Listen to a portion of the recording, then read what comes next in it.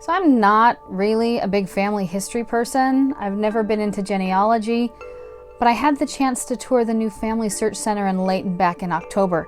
And after going through that facility and seeing all of the amazing capabilities there with scanning, recording, documenting, and then of course doing ordnance preparation work, I walked out of there ecstatic and so excited, but I didn't know where to channel that energy. And so what seemed like a fluke, I called my grandmother out of the blue and told her all about this experience and how excited I was about the capabilities and what this could mean for our family. Now, it's weird looking back on that to think that I would call her. She had just moved back to Utah from out of state. She hadn't been close to us for a long time. I didn't know what records she had or what photos or why of all people I would call her, but she came to mind. And she listened to my enthusiasm and said, yeah, sure, if you'd like to go up there, I'll grab my pictures and we can go up and we can scan all of them and, can get working on this. And so the next week we got there with 2 giant boxes full of photos and sat out on one of the big round tables and completely covered it to begin this incredible process of sorting through photos for what we thought would be just a day or 2 worth of scanning. Well, as we started pulling all of these photos out, I saw pictures from decades, from when my grandmother was little and her grandparents. I saw pictures of her as a young bride, pictures of my father as a young kid. I saw experiences from missions. I saw grandkids and me and my siblings start to enter the picture. And as I looked through all of this, I started to have this feeling of, where on earth do we even start? And after we scan all these pictures, what then? But as we went through them, 2 things happened. First of all, as we would go through the pictures, I would stop and ask questions, or she would see a photo and say, oh, Neek, there's a story there.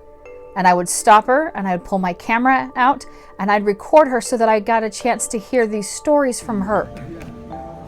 The waves would break and Ryan would run up to the your dad would get knocked down, come up spitting and say, Dad, do it again.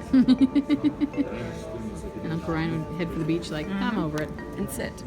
And then, as we neared the bottom of one of the boxes, there was a photo that stopped me dead in my tracks. And a little 4-inch black and white photo stared back at me at my grandfather, my father, and my uncle. It was taken on the island of Vopulu in the island of Samoa in 1956.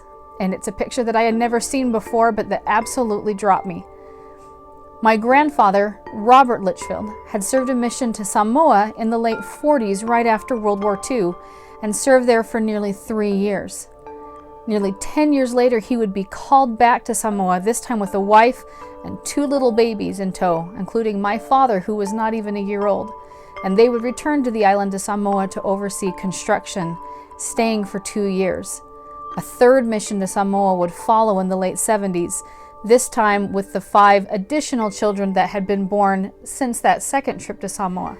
As I looked through these photos and saw this picture of my father, an infant, his brother, and my grandfather staring back from Samoa, I knew we needed to start in Samoa.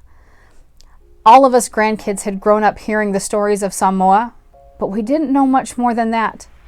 The legend of Samoa loomed large over us, but we didn't know the stories and we didn't know the history. How did they get there? Why were they there? What happened while they were on these islands? How did it change them? As I mentioned this to my grandmother, I said, we need to start here. She said, that's funny, Neek. She said, your dad was here a few months ago, and he mentioned almost in passing that he wished he had more pictures of his father. My grandfather passed away nearly 20 years ago, and all of a sudden there, in late October, the idea hit to take these pictures and try and come up with something for Christmas. So for the next 4 weeks, every Tuesday, my grandmother and I made the trek to the Layton Center, and we would spend hours after hour after hour scanning these photos in, and then taking old color slides and scanning them in one at a time. The stories and the people came alive, and we immediately recognized that we couldn't just do a little photo book. We needed to tell the story. We needed to save Samoa and the legacy that this was to our family. The only problem is that it was now almost Thanksgiving, with Christmas looming large and a deadline in front of us and an urgency that I cannot describe other than being something beyond myself and my grandmother. And so after prayer and pondering, we realized we needed a book and we needed the actual stories. And so we began in earnest. Over the next week, we took all of the scanned photos and the printouts from the slides that we had scanned, and we sat down and started to cluster all of these photos together by category. Some were of their home. Some were of construction projects that Grandpa worked on. Some of them were just island life, the beautiful beaches and the amazing saints that lived in Samoa. Others had to do with the actual ordeals of traveling from rural Canada all the way across the world in 1955 with 2 little babies, and how you go back 2 years later. From there, we took those pictures and in a very crude style, we taped them onto pieces of paper with handwritten titles. We jotted down the stories and a couple of ideas that would go with each of these pictures. And then we started and went crazy. During that following week, my grandmother wrote and wrote and wrote. And what emerged from that little paste together booklet with photocopied pictures was 26 pages of text that told for the first time in her 80 years the story of Samoa. While she worked on that, I sat behind a computer and spent hours taking each one of the 351 images that we had collected and digitally cleaning them up. There was a lot of work to do. Some of them were newspaper clippings that had sat for 50 years and were faded and torn, colors degraded, and worked to recover those images. Some of them had severe color shifts that had happened over time that needed to be color corrected. Other photos, we weren't even sure what they were because they were so dark and overexposed. But with careful work, we were able to peel back that color and find images that we would have lost without it. And of course, after 50 and 60 years of storage, many of the slides had dust and scratches on them that had to have manual photoshopping on every single dust speck and every single scratch to have the images ready to publish.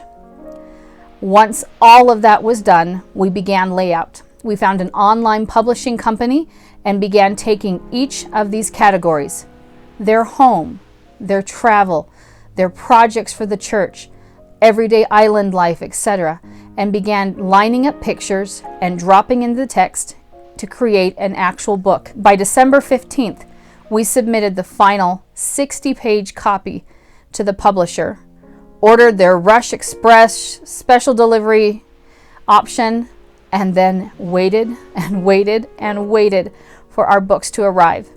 I can't describe what it was like to open up a book. My grandmother's book, one that I had helped her put together, and see that same picture of my grandfather and my father and my uncle staring back from the black sand beaches of Samoa, to crack the seal, to pour through those pages, and to read the story of Samoa. And it didn't just get to me. I delivered my grandmother's copy to her a few days before Christmas and was able to watch her open it and relive and see in large color these images come to life for the first time in almost 60 years. I was able to Skype with my father Christmas morning as he opened his package and saw the reaction to him, to see his father stare back at him and to see memories that were hazy and fuzzy for him as a child come back in their fullness. And then to hear in the following days as calls from each of my uncles and aunts come through with, "Neek, you don't know what this means." The work that we put into this story is one of 100 chapters that my grandmother has to tell. And it has sparked an interest in family history that we are so excited for. When I walked into the Family History Center that day, I expected and hoped that I would catch some sort of a bug and excitement to do temple work, to sit and do extractions, to index, something like that. And while those are so vitally important, what I realized was this connection of fathers and children and this turning of hearts needed for my family to start where we were, to record the legacy that we were in danger of losing, to be able to gather our family together to help us as a group to see the value of history work and family search, and for our family to save our legacy of Samoa.